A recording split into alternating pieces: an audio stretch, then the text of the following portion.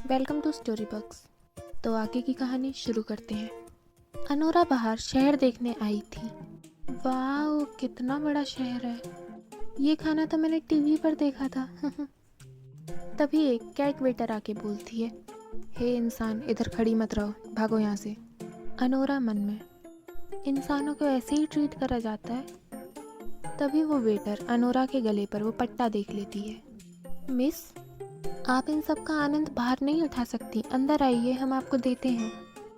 Anora, सच्ची मैं अंदर आ सकती हूँ? वाह, कितनी क्यूट जगह है। कैट वेटर, आपको हमारे सैंपल उधर दिख जाएंगे, प्लीज़। अनोरा सैंपल्स ट्राई करती है। वाह, इट्स सो गुड। वेटर, ये सेल पर है। अनोरा, सॉरी पर मैं पैसे नहीं लाई। वेटर, कोई बात नहीं, आप बस अपना पट्टा स्कैन करा दीजिए। अनोरा, मैं तो स्कॉलर के बारे में भूल ही गई थी। वही सारी waitress, thank you for coming. तुमने वो गोल्डन कॉलर देखा? अनोरा उनकी बातें सुनती है। मैंने तो वैसा कॉलर पहली बार देखा है। मैं तो ये देखकर चौंक गई कि इतना हाई लेवल पेट ऐसी ही सड़कों पर घूम रहा है। ना जाने कौन सी फैमिली से है ये। मैं जब स्कैन कर रही थी तब मैंने इसका नाम पढ़ लिया था। ये जूलुइस फैमिली से है। क्या जूलुइस? पर मैंने तो सुना था वहाँ के यंग मास्टर को इंसान। वही अनोरा जाते हुए सोचती है, ये मेरे साथ बस एक कॉलर की वजह से अच्छे थे। और इसी सोच में वो एक वेट्रेस से टकरा जाती है। अनोरा की पूरी आइसक्रीम ज़मीन पर गिर जाती है। मैनेजर ह्यूमन वेट्रेस पर चिल्लाने लगता है और ह्यूमन वेट्रेस रोने लगती है। अपना रोना बंद करो, हम वैसे भी किसी इंसान को यहाँ नहीं रखना चाहते थे। प्लीज़ बॉस, मुझे नौकरी से मत निकालिए, अब मैं कोई गलती नहीं करूँगी। मैंने बहुत मुश्किल से ये एग्ज़ाम क्वालिफाई करा था। तो क्या, आखिरकार तुम एक नॉर्मल इंसान हो? अनोरा ये सब देखकर सोचती है, क्या इसी तरह यहाँ इंसान रहते हैं? अनोरा मैनेजर को प्लीज़ करती है, आप प्लीज़ इसको फायर मत कीजिए, मैं ही थी जो इससे टकराई पहले। मैनेजर, वो अच्छा, अनोरा प्लीज़ उसे फायर मत कीजिए। मैनेजर, ठीक है, हम नहीं करेंगे, फिर से आइएगा।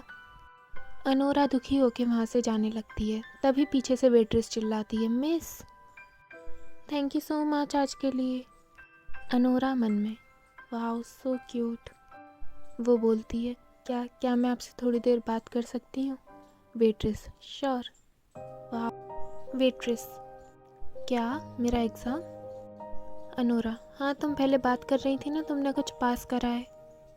अनोरा मन में, ऐसा लग रहा है कितने दिनों बाद किसी इंसान से बात कर रही हूँ मैं। वेट्रेस बताती है, ओह शायद आपको मालूम नहीं है। अनोरा मन में, फाइनली, तो यानी कोई ना कोई जगह तो है जो ह्यूमंस की है, मैं उधर जाके देख सकती हूँ। प्लीज़ बताओ ना ये जगह कहाँ पर है, कितनी दूर है? वेट्रेस, वो इतनी दूर नहीं है। अनोरा, तो तुम क्या मुझे भी जॉब दिलाने में हेल्प कर सकती हो? प्लीज़, मुझे भी जॉब चाहिए। वेट्रेस, तुम मजाक कर रही हो? अनोरा, नहीं, मुझे चाहिए तुम्हारी तरह। वेट्रेस, अगर तुम साउदर्न एरिया के बारे में कुछ नहीं जानती हो, यानी कि तुम इस नॉर्दर्न एरिया में ही पली बड़ी हो, वो भी एक आईडी नंबर के साथ। अनोरा कंफ्यूज होकर, आईडी नंबर?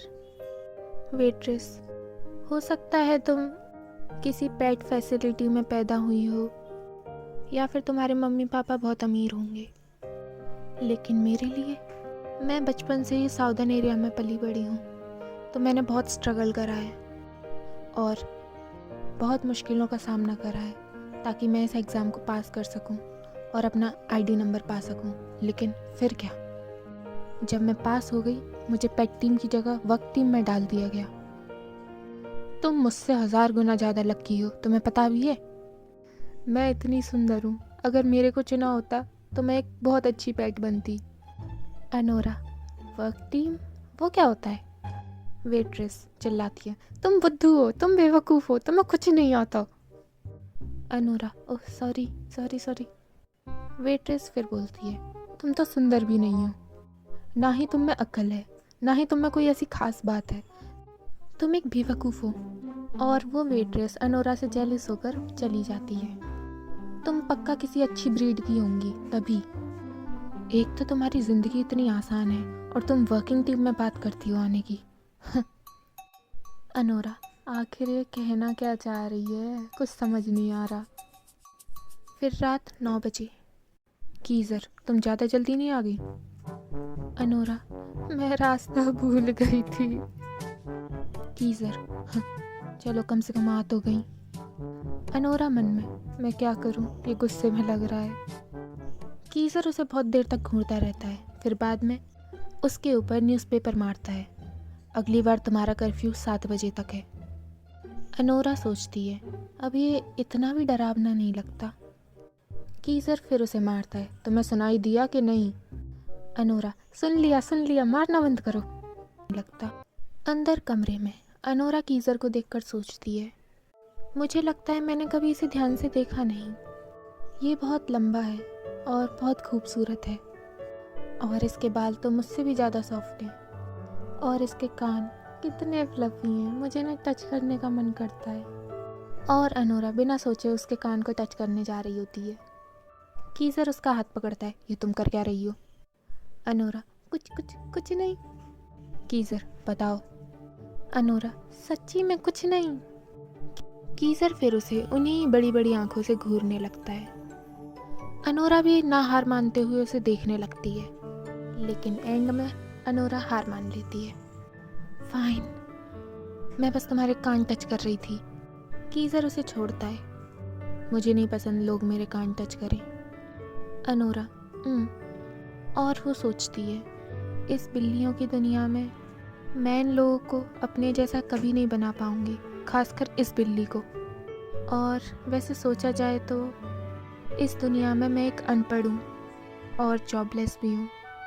कोई फैमिली नहीं, कोई दोस्त नहीं, मैं बस इसी के भरोसे जी रही हूँ और इसी की वजह से मेरी लाइफ सही चल रही है। लेकिन फिर भी मैं उसे आज तक उसके नाम से नहीं बुला पाई। तभी कीज़र उसे बीच में टोकता है, तुम पूरा दिन बाहर थी और तुमने बस एक डिज़र्ट खाया, क्या बच्ची हो। अनोरा उसके पास आकर चिल्लाती है, मैं कोई बच्ची नहीं हूँ, 16 साल की हूँ। कीज़र ओह अच्छा, मैं तो तुम्हारे लिए फालतू में किड्स क्लोथ लेकर आता था। अनोरा क्या किड्स क्लोथ? 1 मिनट, तुम्हें कैसे पता मैंने बस डिज़र्ट खाया था बाहर? तुमने किसी को भेजा था मुझे फॉलो करने को, है ना? और वो मन में सोचती है, ये भरोसे के लायक नहीं है, मुझे यहाँ से जल्दी निकलना होगा। तभी कीज़र बोलता है, तुम्हारे कॉलर से नोटिफिकेशंस आती हैं। तभी अनोरा ओह अच्छा इसीलिए, हाँ। पर ये कीज़र गुस्से में क्यों लग रहा है अब? मुझे लगता है मुझे इसे जानने की कोशिश करनी चाहिए। कीज़र बोलो जल्दी। अनोरा वो तुम्हारा नाम क्या है? कीज़र को फिर किसी बच्चे की याद आने लगती है। ये कॉलर बजता है और इसकी आवाज़ से हम नहीं गैस कर सकते कि किसका दिल धड़क रहा है। कीज़र तुम पढ़ना सीखना चाहती थी, है ना? फिर बाद में मैंने डिक्शनरी में देखा, उस कॉलर पर लिखा हुआ था कीज़र जूलियस। तो इसी के साथ हमारा चैप्टर ख़त्म होता है। आगे जानने के लिए देखते रहिए स्टोरी बॉक्स। लिखा हुआ था